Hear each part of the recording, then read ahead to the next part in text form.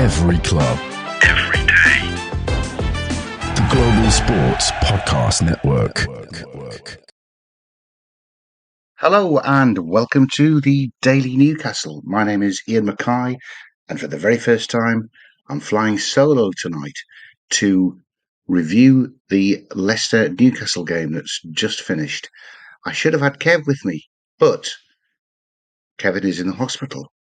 He is bouncing his new baby girl, Bonnie Macy Esther, off his knee. She must be nearly 3 hours old now. So massive congratulations from me, Kev, and Jen. Also from, I'm sure, Michael, Joanne, and Nicola. We are delighted that Bonnie has finally arrived. What that means is I've now got this really awkward podcast to do where I've never just talked on my own. Bit dangerous to go on for about 4.5 hours, but I shall try and remain relevant and stick to what we need to talk about, which was the game tonight away at Leicester, which Newcastle have won as easily as we predicted that they would last night, 3-0. It didn't quite start the way we thought it would start, with a Leicester corner after 20 seconds, but I'm jumping the gun. In this first part, I want to just look at the team that came out. I think we predicted that Eddie would go with the same 11 again, and that's exactly what he did. But in doing that, he confirmed that Kieran Trippier was okay, Alexander Isak was okay, Joe Linton was okay. So all of those knocks were just knocks that they could run off. Anthony Gordon had finished his suspension, but wasn't in the team, didn't even make the bench. So fingers crossed, that's not a continuing issue, but just giving him an extra few days rest before the big match against Man U next Sunday. So yes, the game started, and Leicester had a corner after 20 seconds, which is a real shock.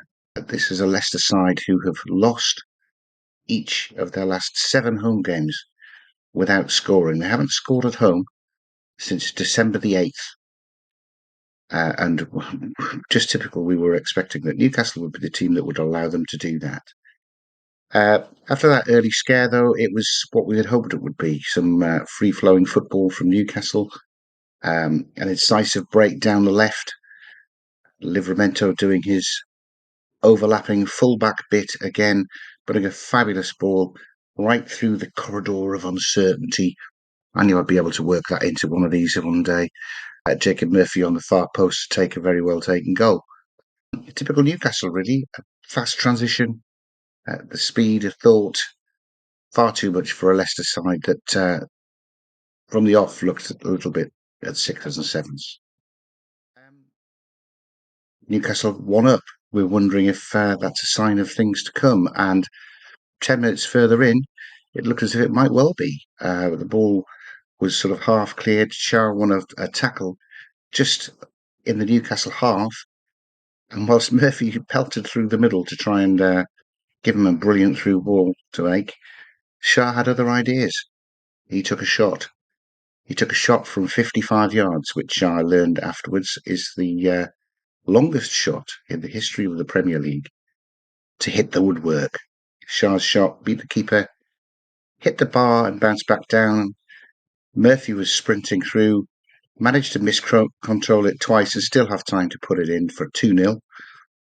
Leicester defenders wondering why they had stopped to watch where the ball was going rather than running back and marking Murphy. They did look a complete mess. So we were wondering how many goals were going to be. And Newcastle continued to dominate in that first half. Another good break by Livramento towards the end of the half, which resulted in a ball for Isak to have a dribble. It broke to Joe Linton, who had a good shot on target, which was pushed out, but pushed out right into where Harvey Barnes could score. And very respectfully didn't go on any wild, crazy celebrations against his old team. Just simply received the acknowledgement of the rest of his team that he'd put us 3-0 up. And then we coasted through to half-time, 3 up and looking every inch like the class above Leicester that we really are. Now, I'm not going to go on for too long on this. As I said, I'm going to stop now. That was the first half done. Here's a word from Bioniq. Your body is unique, and Global Sports Podcast Network has partnered with Bioniq, the world's most personalised supplements. Bioniq provide 100% tailor-made supplements designed to deliver precisely what your body needs at exactly the right levels to optimise your health. No guessing. So click the link in the show notes. Use the code GSPN 2025 for 40% off your first month's subscription. Bioniq. Don't settle for off-the-shelf solutions made for just anybody. Get what's right for you right now.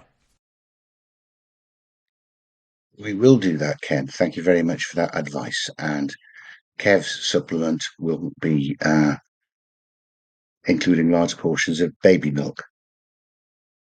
Into the second half, and Newcastle huffed and puffed a little bit to try and continue their goal scoring. Understandably, I think they eased off a little bit. It was a little bit like when Man City went 2-up and then declared. Newcastle did a little bit the same. To be fair to Leicester, they did make a better game of it. There were a couple of substitutions as Buonanotte and Mavididi came on, and that made them more combative in midfield. I think they took the centre half off, whose name escapes me, and Lewis moved. Sorry, no, they took Christensen off at left back, moved Lewis, who was playing as a third centre half, and went 4 at the back instead of 5. Put the extra man in midfield. They were much more combative in the second half. Still couldn't really string more than 2 passes together. The number of times they would try a forward ball that would roll through to Pope. Yeah, they didn't look like scoring, to be fair to them. And of course, they have managed to complete an 8th game at home without scoring, thereby setting a brand new record, not just for the Premier League, but for any football league side in England. We coasted a little bit. Understandably, Howe turned to the substitutes bench to rest some of his big players, if we can call them that, before we have this double header of 2 home games, which are vitally important for us to get 6 points. We'll look at that later on. But against much stronger opposition than Leicester could provide. Manchester United on Sunday, followed by Crystal Palace on Wednesday. It was Bruno and Joe Linton who came off, first of all, for Miley and Longstaff to come on, getting at least a half an hour run out for both of them, which was excellent to see.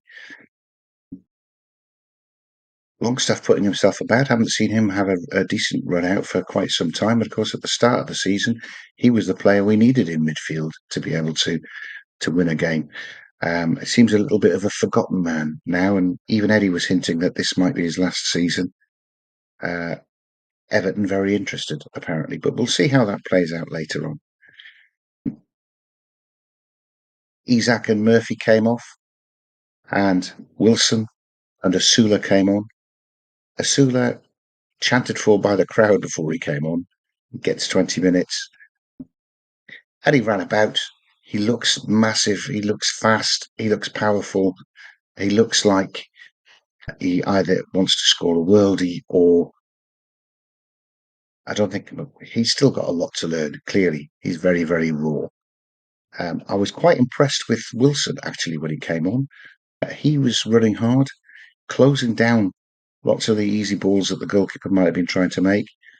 Good to see him back, looking like he's approaching full fitness. What he needs is the goal to give him his 50 goals at Newcastle to relax him, I think. But fingers crossed will provide a very useful tool in the box as we go into these last 8 games. Newcastle coasted their way through. They had a few harem-scarum moments, which weren't really harem-scarum at all. Didn't look like scoring very much. And if I'm honest, the game sort of petered out towards the end. Newcastle settled for 3-0 after about 80 minutes. It didn't seem like they were being very ambitious at all to try and go and get a fourth and a fifth and a sixth and a seventh, which would have put us up into fourth. But instead, we've ended up winning 3-0 very, very comfortably. A lot of the big players have only played for an hour or 70 minutes, so should be in a better position to recover fully for the game on Sunday. And the 3 points is very, very useful. Totally expected, of course, but you do have to beat what's in front of you and pick those points up. Now, I think it's important to just have a look forward, and I'm going to do that after I've given you this Zencastr advert. Do you have a story to tell that the world needs to hear? Have you struggled with reaching new audiences who are engaged with your story? It might be time for you to start a podcast.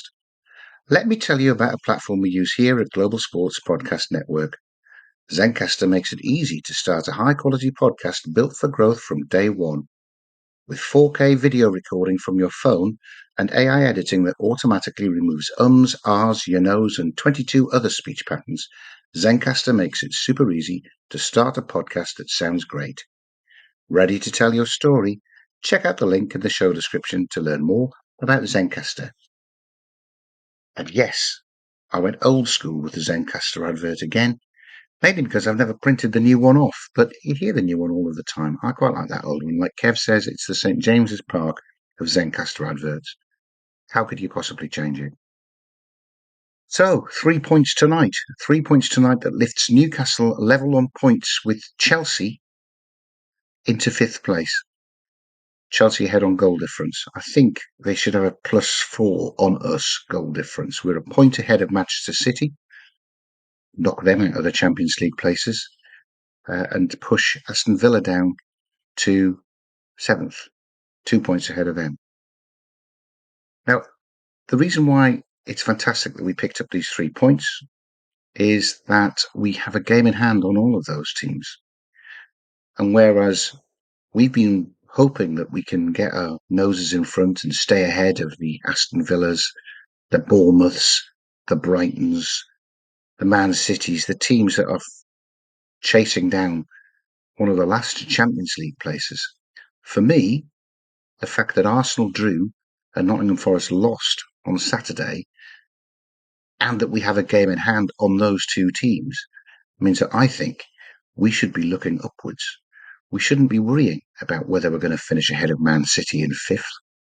We should make it our mission to overhaul Nottingham Forest, who are 3rd at the moment. And given that we play away at Arsenal and they have a game against Liverpool, which could easily be 6 points lost for them, why aren't we chasing down Arsenal for the runners-up spot? Maybe I'm being too optimistic with that. But, I was being optimistic about the Champions League being on way back in December when everyone was wondering if we were going to even be in a European race. I think the Champions League is very much on, and I think this win tonight with the game in hand actually means that we can afford to lose one of these last 8 games now, and still it be in our own hands to finish in the top 5.